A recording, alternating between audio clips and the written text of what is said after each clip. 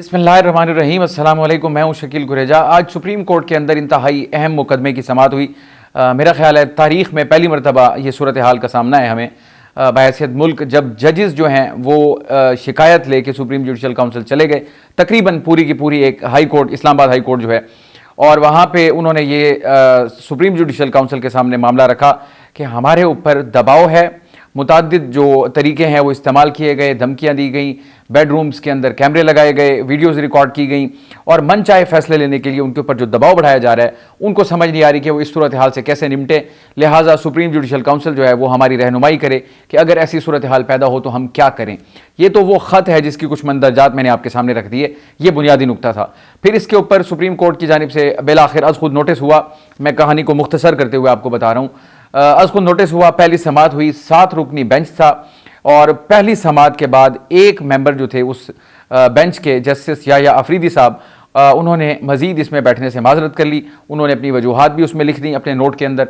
तो आज दूसरी समाअत इसकी थी, और 6 रुकनी बेंच ने, जो बाकी 6 रुकनी अरकान थे उस बेंच के, उन पर मुश्तमिल बेंच ने आज समाअत की। 2 घंटे से ज़ायद ये समाअत जारी रही, और अटर्नी जनरल ज़्यादा गुफ्तगू, वहाँ पे अटर्नी जनरल साहब से ही ज़्यादा गुफ्तगू हुई, सवाल व जवाब।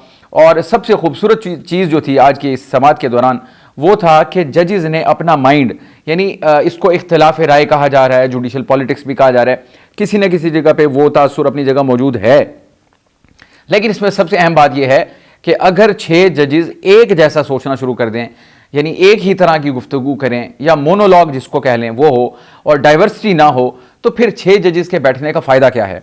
2 जजेस जो हैं, जस्टिस काजी फायद ईसा साहब जो कि चीफ जस्टिस हैं, और जस्टिस अतर मिनल्लाह जो हैं, उनके जो पॉइंट ऑफ व्यू थे वो, जिसको कह सकते हैं, 2 अलग अलग एक्सट्रीम्स पे बज़ाहिर नज़र आए।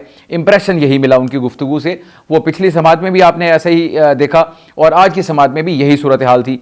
दोनों के नुकात अपनी अपनी जगह पे दुरुस्त थे। फ़र्क क्या था वो मैं आपके सामने रख देता हूँ। फ़र्क मैं इस हद तक कह रहा हूँ, जो उससे इंप्रेशन मिल रहा है, उनकी गुफ्तगू से जो तासुर उभर के सामने आता है। काजी फायद ईसा साहब का जो गुफ्तगू थी वो बज़ाहिर ऐसा लग रहा था कि वो एक दरमियानी रास्ता, या एक मफाहमाना, या एक यानी हिकमत का रास्ता निकालने की कोशिश कर रहे थे। ऐसी गुफ्तगू, उनकी तासुर ये मिल रहा है उनकी गुफ्तगू से, जो वो सवाल व जवाब, या वो गुफ्तगू, या वो रिमार्क्स वहाँ पे दे रहे हैं।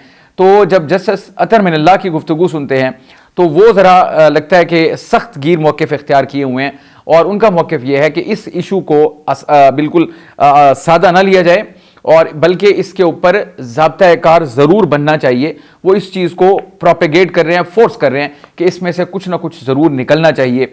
जो जज साहिबान ने नुकात उठाए, इनके ऊपर ज़रूर कोई ना कोई तरीक़ा कार वज़ा होना चाहिए। ये 2 जज साहिबान हैं। इसके अलावा जो जस्टिस मंसूर अली शाह हैं, जो आने वाले चीफ जस्टिस भी हैं, उनकी जानिब से भी बिल्कुल वाज़े तौर पे कहा गया कि अगर इस मौके से फ़ायदा ना उठाया गया, यानी ये अब सूरत हाल डेवलप हो गई है, और अगर इससे फ़ायदा नहीं उठाते और मसले का हल नहीं निकालते तो फिर बहुत नुकसान होगा। ये उनका मौक़िफ़ है। यानी उनका पॉइंट भी ये है कि अब चूंकि सूरत हाल सामने आ गई है, अंडर डिस्कशन है, उस पर समाअत हो रही है, अज खुद नोटिस है, तो इसमें से कोई ना कोई ऐसा तरीक़ाकार, कोई ना कोई ऐसा निज़ाम वज़ा हो जाना चाहिए कि आइंदा के लिए लोअर कोर्ट्स हों, हाई कोर्ट्स हों, या इवन सुप्रीम कोर्ट हो, वहाँ पर यह दरवाज़ा मदाखलत का बंद हो जाना चाहिए। ऐसा कोई निज़ाम वज़ा होना चाहिए। काजी फायद ईसा साहब ने अटर्नी जनरल से पूछा कि इस्लामाबाद हाई कोर्ट के जिन जज साहिबान ने जो तजावीज़ भेजी, तजावीज़ की बात हो रही है, ख़त की बात नहीं हो रही, क्योंकि सुप्रीम कोर्ट ने तजावीज़ भी मांगी थी। अब उनकी जानिब से जो तजावीज़ आई तो उसके ऊपर सवाल किया चीफ जस्टिस ने अटर्नी जनरल से कि जो उनकी तजावीज़ हैं, क्या उसमें ऐसी कोई तजावीज़ भी शामिल हैं जिन पर वो ख़ुद अमल नहीं कर सकते। उन्होंने कहा जी ऐसी कोई तजवीज़ नहीं है जिस पर वो खुद अमल ना कर सकते हों। तो ये एक बड़ी इंपॉर्टेंट बात थी। फिर जस्टिस मुसर्रत हिलाली जो हैं, उन्होंने इसी नुक्ते के ऊपर, इसी पॉइंट के ऊपर उन्होंने कहा कि जब वो खुद ये काम कर सकते हैं तो वो सुप्रीम कोर्ट से इजाज़त क्यों ले रहे हैं। तो ये भी एक बड़ा अहम सवाल है। कुछ चीज़ें मैं आपके सामने अब इसमें से रख देता हूँ। चीफ जस्टिस जो हैं उन्होंने इस्तफसार कर लिया कि हाई कोर्ट खुद कार्रवाई कर सकती है, कोई ऐसे नुकात हैं, तो अटर्नी जनरल ने कहा सब नुकात पर हाई कोर्ट कार्रवाई कर सकती है। ये पहली बात हो गई। काजी फायद ईसा ने कहा तो क्या फिर हम सुप्रीम कोर्ट फिर हाई कोर्ट को हिदायत दे सकती है, ये क्वेश्चन मार्क था, क्योंकि ये भी आईनी अदालत है, वो भी आईनी अदालत है। ये मामला हो गया। और जस्टिस अतर मिनल्लाह, मैंने कहा ना वो थोड़ा डिसेंटिंग वॉइस है, उन्होंने कहा हमें हाई कोर्ट की भी तजावीज़ को सराहना चाहिए। कोई जवाब नहीं होगा तो जजेस बेखौफ नहीं होंगे। हमें इस नुक्ते को देखना चाहिए जो हाई कोर्ट के जजेस उठा रहे हैं, यानी कि मदाखलत का। अब एक और इंपॉर्टेंट बात जो एक और जज साहब ने की, आप इसको भी एक किस्म का एतराफ़ ही समझ लीजिए मदाखलत का, वो है जस्टिस जमाल मंदोखेल साहब। उनका कहना है कि हाई कोर्ट के जजेस को छोड़ें, हमारे साथ जो हो रहा है उसका क्या, यानी ये एक किस्म का एतराफ़ है बैनुस्सतूर। अब आगे आ जाएं, इसके अलावा जस्टिस मंसूर अली शाह ने कहा कि आज इस मसले का हल न किया तो बहुत नुकसान होगा, यानी कि आपको इसमें से कोई रास्ता निकालना पड़ेगा। तो ये समाअत तो खैर तवील थी, बहुत सारी, मैं बुनियादी नुक्ते पे अगर आ जाऊं, एक नुक्ता एक और ऐड कर देता हूं, वो है जस्टिस काजी फाइज ईसा साहब का। उन्होंने कहा कि जब तक पार्लियामान मजबूत नहीं होगी दूसरी ताकतें मजबूत बनती जाएंगी। ये एक कोर नुक्ता है, मैं इसी के ऊपर ज्यादा बात करता हूं। अब आते हैं इसी नुक्ते के ऊपर और चलें एक और पॉइंट ऐड कर लेते हैं, वो भी इसी के साथ है, वो है जस्टिस मंसूर अली शाह का। वो ये कहते हैं मदाखलत का दरवाज़ा बंद करने के लिए हमें एक निज़ाम बनाना होगा। तो ये जस्टिस मंसूर अली शाह साहब आ रहे हैं। अब पॉइंट क्या है, सब पॉइंट एक है मदाखलत। अब पहला सवाल यह है कि मदाखलत कहाँ कहाँ पे होती है। मैंने इस वाक़ये को या इस समाअत को ये क्यों कहा कि तारीख़ी एक इंतहाई अहमियत की हामिल ये समाअत है, उसकी वजह यह है कि जितनी गुफ्तगू इस वक्त सुप्रीम कोर्ट के अंदर हुई और जिसकी नशरियात बराह रास्त दिखाई गई, ये वो तमाम गुफ्तगू है जो पहले भी होती थी, लेकिन कहाँ पे होती थी, ड्राइंग रूम्स के अंदर, कैफेज़ के अंदर, अलग से बैठकर बंद कमरों में, या यानी एक ऐसी चीज़ होती थी जिसको बड़ी सीक्रेसी के अंदर डिस्कस किया जाता था। तो ये जो बुत था सीक्रेसी वाला, वो कम अज़ कम इस समाअत के ज़रिए टूटा।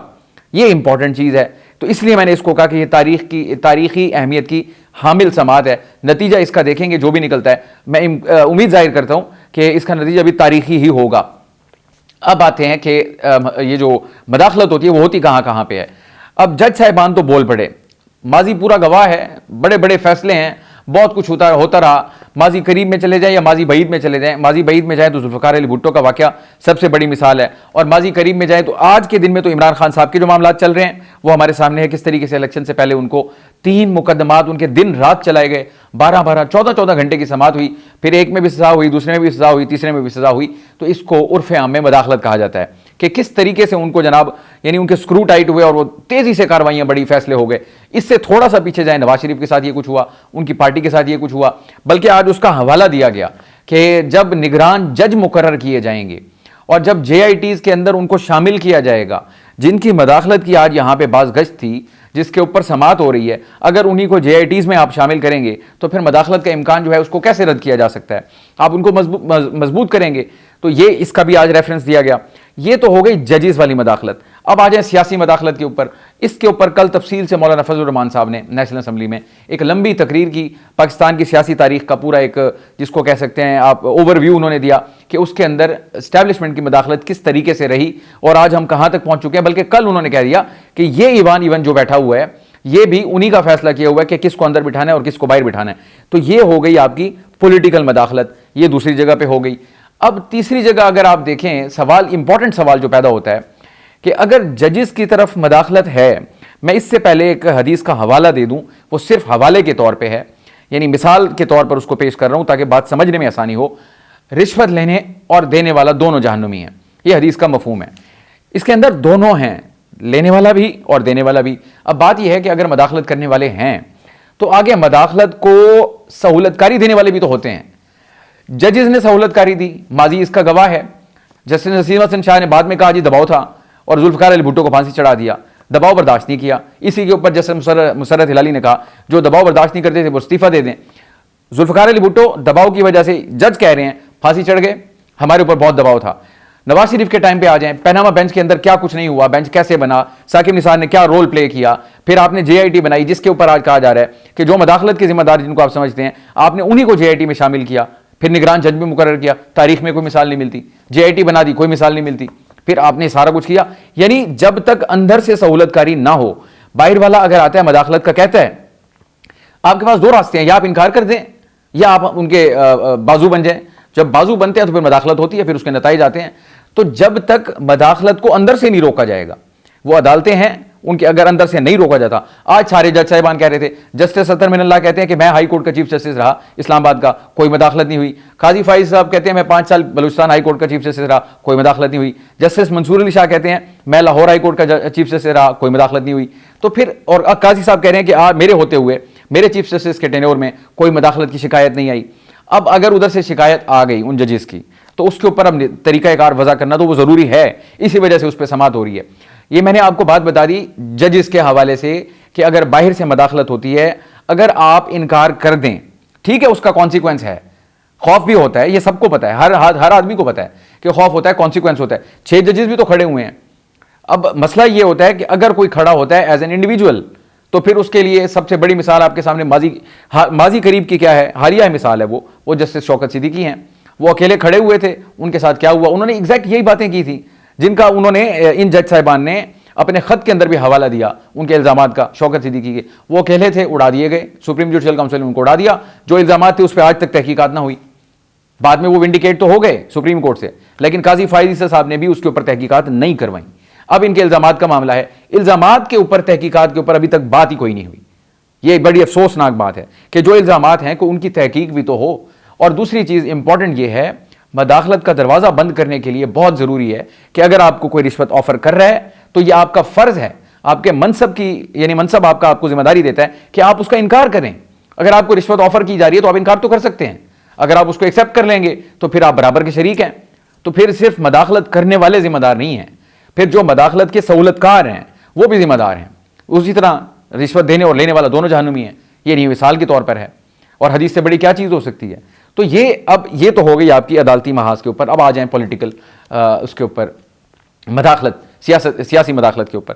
मौलाना फजलुर रहमान साहब ने कल तफसील से बात कर दी सारी कि 77 में क्या हुआ, फिर मार्शल लॉ, फिर पीछे मार्शल लॉ, फिर आगा खान तक चले, इसके ये जो थे याह्या खान तक, उनकी मिसाल दी। यानी बहुत सारी मिसालें सारी आपने दे दी। जब जिसको भी मौका मिला, पीपल्स पार्टी को मिला उन्होंने सहूलतकारी की, नून लीग को मिला उन्होंने सहूलतकारी की, इमरान खान को मिला उन्होंने सहूलतकारी की, तो बारी बारी तो आपने सारों ने की। फिर मदाखलत करने वाले सिर्फ जिम्मेदार नहीं हैं, फिर जो उनके सहूलतकार बनते हैं, जो भी बना, जब बना, फिर उन्होंने नुकसान भी उठाया। इमरान खान साहब ने सहूलतकारी की, आज वो उसको भुगत रहे हैं। फिर नवाज शरीफ साहब उस वक्त बगावत का अलम उठा के खड़े थे, फिर सहूलतकार बन गए, आज हुकूमत में बैठ गए हैं। कल इमरान खान साहब आएंगे तो इनको लग पता जाएगा फिर आप तो खुद यानी बाजू बनते हैं जब आपको मदाखलत यानी होती है और आप आलाकार बन जाते हैं, अपना कंधा पेश कर देते हैं। तो फिर रोएं नहीं, फिर शिकवा ना करें, फिर ये ना कहें कि मदाखलत होती है। मैं अब आता हूं आज के दिन के ऊपर, कल की बात, परसों की बात, 5 दिन पिछले कंसेक्टिव उठा के देख लें, हमारे वीलॉग उठा के देख लें। एक चीज उसमें एक ही चीज डिस्कस हो रही है, और वो क्या, मुज़ाकरात हैं, पाकिस्तान तहरीक इंसाफ के मुज़ाकरात। इमरान खान साहब ने 3 लोगों की यानी नाम दे दिए हैं। शिबली फराज साहब हैं, उमर अयूब साहब हैं और इलमीन गंडापुर साहब हैं। तीनों रीजनेबल पोजीशंस के ऊपर हैं। एक सीएम है सूबे के, एक ऑपोजिशन लीडर है नेशनल असेंबली में, और एक ऑपोजिशन लीडर है सेनेट में। और उन्होंने क्या कहा है जी, उनको इख्तियार दिया कि वो एस्टैब्लिशमेंट से मुज़ाकरात कर सकते हैं। ओ भाई खुदा के बंदो, एक तरफ आप इन जजेस के साथ खड़े हैं कि मदाखलत नहीं होनी चाहिए।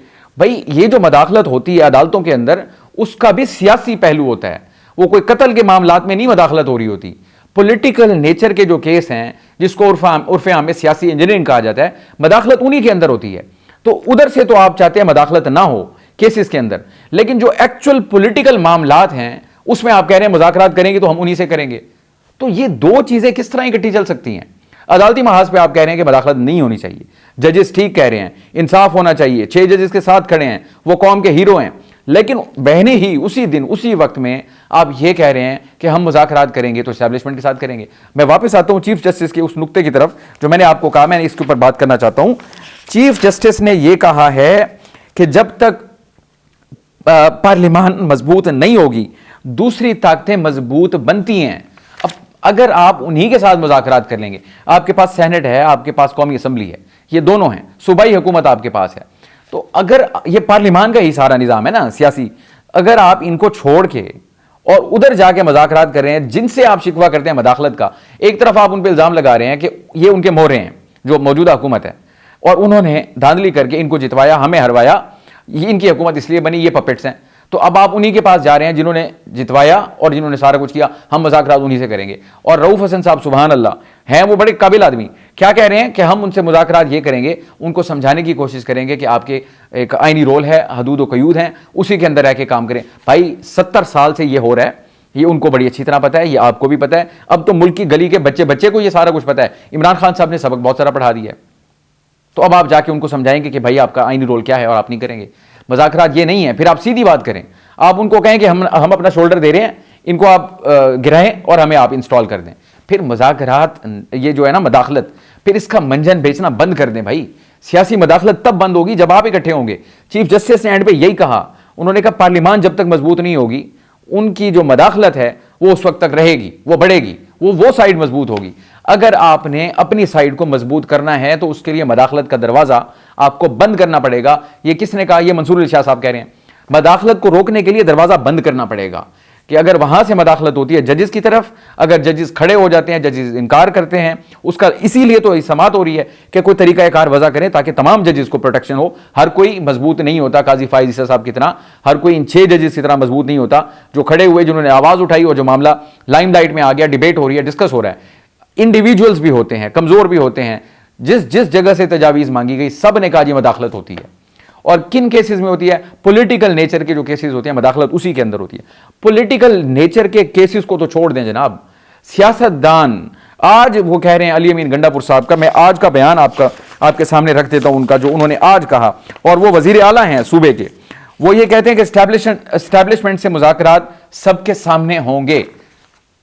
भाई एक तरफ मदाखलत कर रोना, एक तरफ फिर आप कह रहे हैं मदाखलत नहीं होनी चाहिए, फिर कह रहे हैं मुज़ाकरात उन्हीं के साथ ही होंगे। भाई पॉलिटिक्स के साथ, पॉलिटिकल इश्यूज के साथ उनका क्या लेना देना? अगर आप आपस में नहीं बैठ सकते तो अगर आप ऐसा करते हैं ये बिल्कुल वैसा ही होगा जैसा नून लीग ने वोट को इज्जत दो का नारा छोड़कर पार्लियामान को कमजोर किया सिर्फ हुकूमत लेने के लिए। आप अगर पार्लियामान के फोरम को छोड़कर, सियासी जमातों को छोड़कर उन्हीं के पास जाके मुज़ाकरात करेंगे तो माजरत के साथ आप भी बूट को ही इज्जत देंगे उसी तरह जिस तरह आज वो दे रहे हैं। तो फिर आपकी भी उतनी ही इज्जत होगी जितनी इनकी है, फिर आपको उसका फल भी वही मिलेगा जो इनको मिल रहा है। तो मदाखलत अगर होती है तो उसके कोई ना कोई सहूलतकार होते हैं। जिस जगह मदाखलत होती है वहां सहूलतकार होते हैं। अगर सहूलतकार इनकार कर दे, बिल्कुल उसी तरह जैसे रिश्वत लेने वाला यानी जिसको ऑफर की जा रही है, अगर वो इनकार कर दे तो जबरदस्ती कोई उसको रिश्वत नहीं दे सकता। ये बिल्कुल इसी तरह है। अगर आप अपने दरवाजे बंद कर दें, जैसे मंसूर अली शाह साहब ने कहा, जस्टिस मंसूर अली शाह साहब ने, कि मदाखलत को रोकने के लिए दरवाजे बंद करने पड़ेंगे, वो चाहे जजेस हों, वो चाहे सियासतदान हों, वो चाहे पॉलिटिकल पार्टीज हों। अगर आप नहीं बंद करते अपने दरवाजे, अगर दरवाजे खुले हुए हैं और आपके कंधे हाजिर हैं, चाहे वो जजेस के हों, चाहे वो सियासतदानों के हों, पार्टी लीडर्स के हों, तो फिर मदाखलत का दरवाजा भाई बंद नहीं होगा। बहरहाल आज का ये अहम तरीन टॉपिक था। ये मेरी कुछ गुजारिशात थी, मारूजात थी, आपके सामने रखी। आपसे कल मुलाकात होगी। हमारी वीडियोस को ज़रूर लाइक करें, चैनल को सब्सक्राइब करें, अपना फीडबैक कमेंट के जरिए हमारे साथ शेयर कर सकते हैं। इजाज़त दीजिए, अल्लाह हाफ़िज़।